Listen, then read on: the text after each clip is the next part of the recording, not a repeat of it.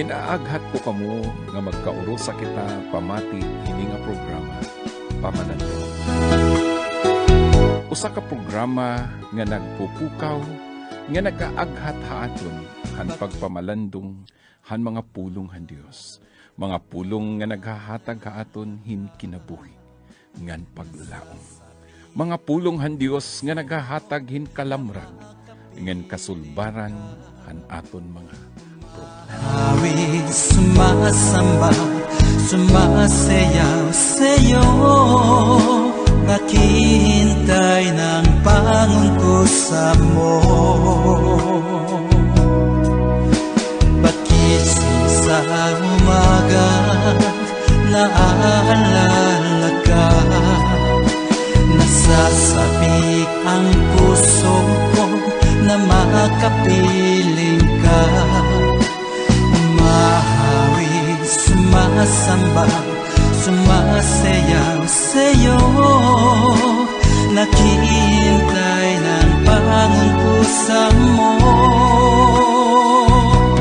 Ayaw kong makulang ng kapangyarihan mo. Ayaw kong makulang ng kabanalan mo. Jesus, dakila ka, tanging sandigan ko, lakas ko ay nanggagaling sa'yo.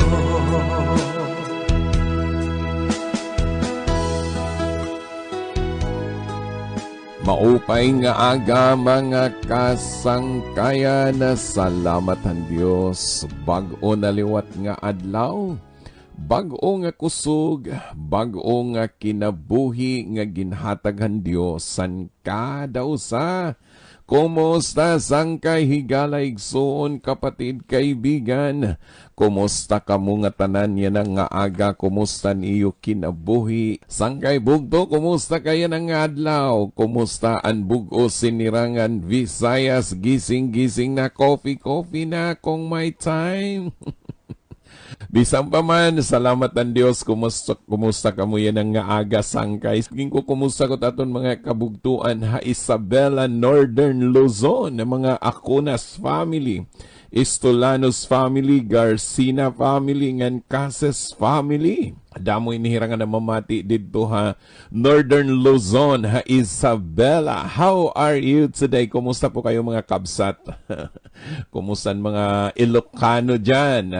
Ang Ginoo sana'y magbigay sa inyo ng biyaya at mga pagpapala at iingatan po kayo ng may kapal. Our friends in Australia, in Canada, in America, how are you today? Ingat-ingat lang po kayo, lalo na natin mga OFW. And yung kukumusta ko mga taga Mindanao and taga Southern Leyte, kumusta ka mo mga kabugtuan ngayon? Salamat ang ginuton kay usa naliwat ka adlaw nga mainusuwagon, usa ka adlaw nga mabinungahon, usa ka adlaw nga punuhan grasyahan Dios kay kaupod naton permi ang Ginoo. And salamat ang iyong mga pag-ampos. Yan ang aga itong padayunon ang mga prinsipyo hakinabuhi in the book of Proverbs chapter 22, 23 to 24. So damo na naton gihimang rawanan ikadusing ang mga prinsipyo diri ko dapat pabayaan naton na naton kinabuhi ton kay dapat may mga prinsipyo kita labi na the biblical principles in life nga kun aton inisugton maging maupay it aton kinabuhi. And then yan ang nga aga atong padayonon ang ika-13 nga prinsipyo hakinabuhi. In the book of Proverbs, adalagi hapon kita, basahon na doon, chapter 23, verse 17. Wow, pagka maupay ni 2:8-10, ini nga duhang ang mga verses aton ini pamalandungan. O trohong ko, adalagi hapon kita in the book of Proverbs, chapter 23, verse 17 to 18. Nasaring didi, huwag kang mainggit sa mga makasalanan, sa halip, igalang mo ang Panginoon habang nabubuhay ka At kung magkagayon, ay gagandang kinabukasan mo at mapapasa iyo ang mga hinahangad mo. Wow! Pagka maupay ini nga mga prinsipyo ha kinabuhi, nasaring din ni Otrohong ko, huwag kang mainggit. Ayaw ka inggit, ayaw ka awa. Don't be envious, di ba? Ayaw ka inggit sa mga makasalanan. Labinahan mga makasasala, kay makasasala na nga ni, tapos nainggit ka pa. Sa halip, ano't buhato na doon? Aton tahuron, igalang mo ang Panginoon habang nabubuhay ka. So waray kita ibang buhaton, samtang ani kita hininga kalibutan, may hininga pa kita, kundi ang pagpasidungog, ang pagrespeto, paghalad, ngan paghatag, hanhimaya, ngan dungog, Ginoo, samtang may kinabuhi pa. At kung magkagayon, ay din ko na ang Ginoo ibuhos niya ang kaluoy ng grasya, may da kita maupay nga kabubuwason ngan ang tanan nga atong ginhahangad, ang tanan nga aton ginhihinyap, maangkon inin naton. So, number 13 principles in life. Huwag kang mainggit. Don't be envious. Ayaw ka inggit. Ayaw ka awa.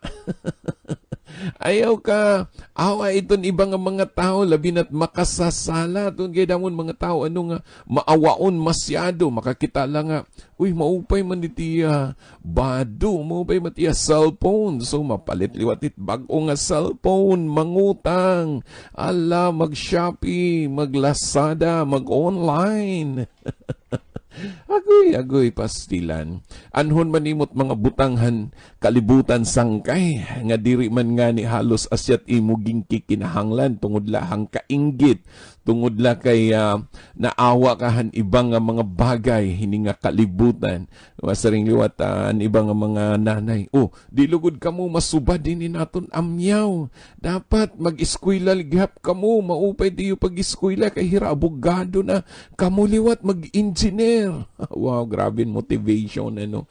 Iba pa nga mga tao tun kay nainggit, di ba pwede naton signon itaton mga anak-anak paningkamot la kamo pag-eskwela din ampo ha Ginoo ko ano't kaburoton hang Ginoo para nga magmainusuwagon ka. Kay diri adahan pagiging engineer o pagiging abogado or doktor ang pagka mag-inusuwagon kundi ada ang grasya hang Ginoo maging riko manira pero waray ang kamurayaw kalipayhan Dios di waray lagi hapon silbi, di ba? So diri ka signon nga maraot hang may natapos itat mga anak ton kay at amoy iton aton hinyap nga amoy itot gusto ha Ginoo nga manabuhan aton kinabuhi. Now kay ano nga maraot ang pagkainggit? Anong saringan James chapter 3 verse 16? Kaya ano nga diri dapat kita mainggit labi na kung ikaw nagkilala ha Ginoo so dapat waray inihaaton ini nga pagkainggit. In James chapter 3 verse 16 nasaring kung saan may pag-iinggitan at makasariling pagnanasa naroon ang kaguluhan at lahat ng masamang bagay. Now kita ano kung ada kuno ang pagkainggit, ang awa, di ba? Naawa ka. Then ada ang pagiging selfish, makasarili, ang mga natural nga naton nga mga hinyap, mga pagnanasa, naroon ang kaguluhan. Ada ang kagubot, siyempre, naiinggithan. Iyan nanay, di ba? Magburugtula, magsangkay, usala ka pamilya, nainggit. Uy, hira, nakaonhin litsyon, tapos kami, bulad. Ala, agad dito. Baga-baga, gundiri, mga pobre, mga nainggit na. Ang punot dulo, actually, ito is kainggit eh. Nakakita ka lang, naglitsyon-litsyon mo, sing, ala, agad dira. Bagang gundiri mga high blood, sige lang litsyon-litsyon. Hagi naiinggit ka man, edi pasalamat kay at least diri ka high blood, tungod kay diri ka parang kaunhin litson, gusto ka maging high blood, ala sige tulad nila, maging pariho ka. Di ba sang kaya mo minsayan Dios, so diri maupay pagkainggit, tungod kay adaan kagubot ha kinabuhi ngan ang tanan nga klasihan kasalanan. Amo init matindi kay waray din ni isurat, pero adi didi lahat ng masamang bagay. So ano't masamang bagay nga barkada dida siyempre kaoragway, di ba, diri na nagkaintindihay, adanan diri na asya nga kinabuhi. Salit sanggay diri gud nakakalipay kung ikaw usa ka inggitira inggitiro nga tawo. So kung may da ka bagay nga nun, may da ka pasalamati ang Ginoo. Balita man naman sa mga tao nga iba, Pastor, kaya ano waray kasugad din eh. Then, ano man kung may da ako, ano namat man nabo, amo man lagi hapon, bugas man lagi hapon, kakaon. An mao pa ito kung na mainggit ka tapos kung maangkon mo diri ka na nakaonin bugas, di ba? Pero kay nakarigo ka lagi hapon hin tubig nga parehon tubig naton. So dahil kita dapat mainggit sangkay. Adi pa. Kaya ano nga diri maupay pagkainggit? Diri lang James chapter 3 verse 16 nga ang pagkainggit ugat sa lahat ng bagay na masama. Di ba? Amot tinikangan kagubot haki na buhi. Adi pa, Proverbs chapter 14 verse 30. Aminit medyo mabugat din hinasering. Proverbs chapter 14 verse 30. Ang payabang isipan ay nagpapalusog ng katawan. Wow, pagka maupay ha. Kung may daka kuno peace of mind, naghatag inihin karigunhan imulawas. Ngunit, ang pagkainggit ay tulad ng kanser sa buto. Now, kita asangkay. Amoy ni realidad, amon mga tao nga inggitira, inggitiro, pero may masakiton. Pero may roray kalipay. Diri hira malipayon, diri hira murayaw, kay pakakitang uy, nagpalit man na natin amyawin 20 inches nga TV. Mangutang kita, hay nahibumbay. Bumbay talaga ba yun may namamati? Nangungutang kita hainet magpapautang mapalit liwatin 52 inches nga TV bisan it balay 42 inches la 52 it paliton hagoy nako. So diri maupay kanser sa buto itaw nga pirmi na iinggit pero an hunahuna nga mahupay an hunahuna nga murayaw nagpapalusog sa katawan, ngunit ang pagkainggit ay tulad ng kanser sa buto. So, aminit matindi sangkay. So, ayaw naton tuguting dayuday, maram kahit kanser, dayuday ka pinapatay. Labinat kanser habuto, dayuday ka kukuhaan hing kusog, mamamatay kita. So, salit din rin natong tugutan nga natong kinabuhi maging sugad. So, tungod kay kung nainggit ka, anod sa ring dinhi, another verse, in Ecclesiastes chapter 4 verse 4 or sa libro ng mga ngaral sa Tagalog, sa English, Ecclesiastes chapter 4 verse 4 na saring, nakita ko rin na nagsusumikap ang mga tao at ginagawa nila lahat ng makakaya nila dahil naiinggit sila sa kanilang kapwa. Wala itong kabuluhan para silang humahabol sa hangin. Ang nagsurat din si Solomon nga ginririkuhi hangatanan. Nasa niya, nakita na ako, hindi niya kalibutan nga damon mga tao. Ala, naningkamot, pagpakabuhi. Ala, trabaho, overtime, mag-abroad para ipakita ang mga tao nga diri kami pobre, riko kami. May kakayahan kami para la ipakita ang mga tao nga amo init ira kinabuhiton kay naiinggit ira sangkay pagkakapoy ito. Kapoy hinduro ito nabubuhi ka tungod lahan inggitan ibang mga tao na inggit ka, mga babae na inggit kay may da niya hikaw, may da niya kwentas, may da niya relo, ay nako sangkay. E di makita nimo nga mga Louis Vuitton iton ira mga ginggagamit, nga mga brand, diba? Mga branded itira, mga ginsusulot. E di ano ba't kaibahan iton branded ngan mga ukay-ukay parehos man la, diba? Balita tungod kang kainggit nawawara kita han direksyon han kinabuhi. Salit sang kay dirigod maupay. Tungod kay ang pagkainggit sa ring kanina natong gimbasan Proverbs chapter 14 verse 30, amo init sugad inihin kanser habuto. Ngan ang pagkainggit tinikangan han kasamok ha kinabuhi. Diri nagkaintindihan. Siguro ikaw usa ka sa namamati na. Ngan imo pamilya punuhin galit, inggit, puot, di ba? Pagkaawa-awa, kainggit-inggit sa kinabuhi. Usay, ang ibang mga tao, masaring ayun na ka mo pang-eskwila. Pagtrabaho, lugod ka mo. Kaya para may dakita kwarta, di lugod ka mo masubad, lugod ibang mga tao. Sangkay bugto, ayaw sugarat imo pamilya. Kundi, ano lugot aton buhaton, anong saringan atong gimbasa, na saring didi? Huwag kang mainggit. Baliko naton ang Proverbs 23, verse 17 to 18. Huwag kang maiinggit sa mga makasalanan. Sa halip, igalang mo ang Panginoon habang nabubuhay ka. So, ano dapat naton buhaton? Kilala ang Ginoo nimo kinabuhi.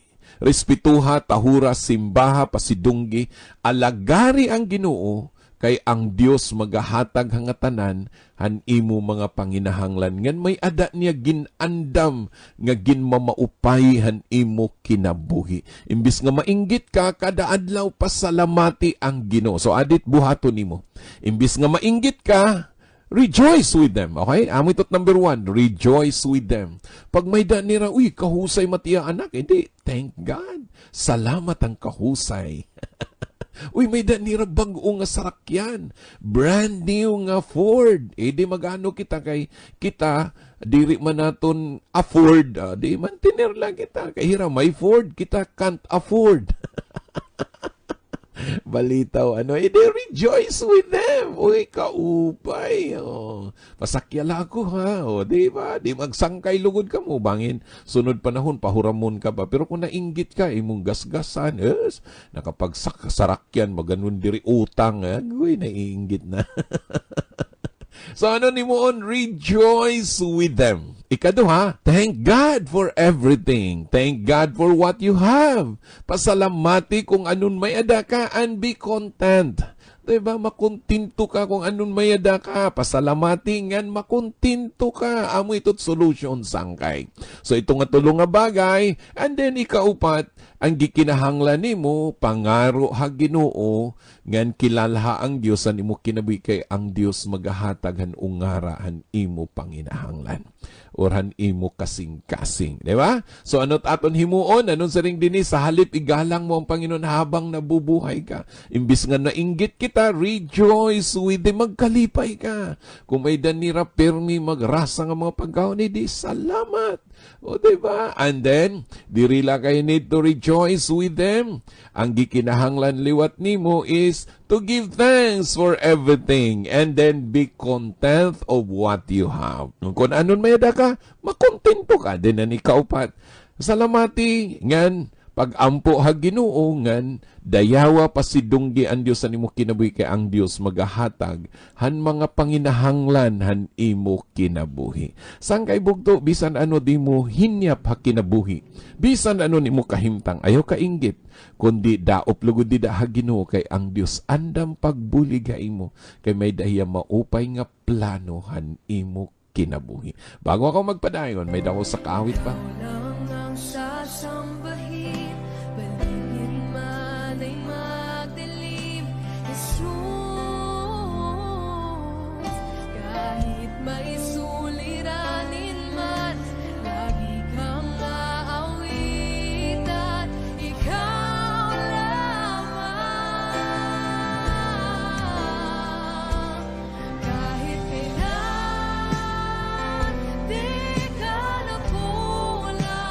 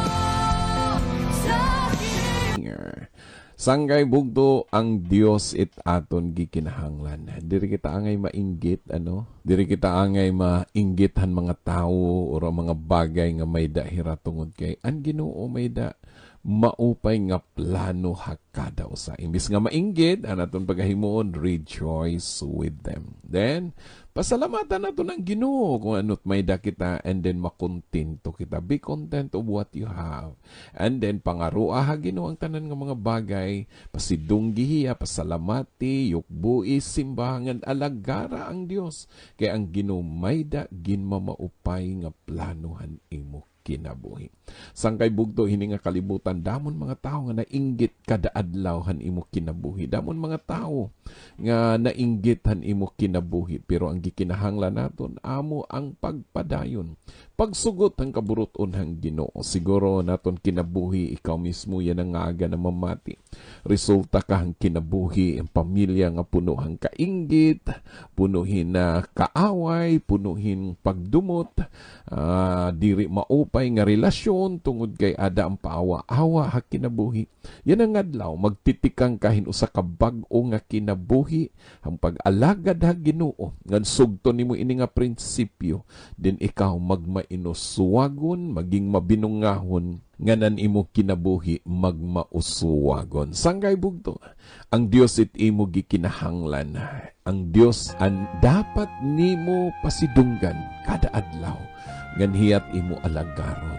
Gusto ko mag-aampuha imo, ano man na nimo kahimtang yan ang mga oras, siguro nagapos kahan, kainggit ha kinabuhi, puno kahin mga galit, puot, or anuman nga ada ha imo kinabuhi, anyo pamilya, ruba, masamok, waray panag-urusa, waray gugma. Yan ang nga adlaw, ang kuna, ang mga minsahe, ang mga pulong ang Ginoo, kay ang Dios makahimo pagbago.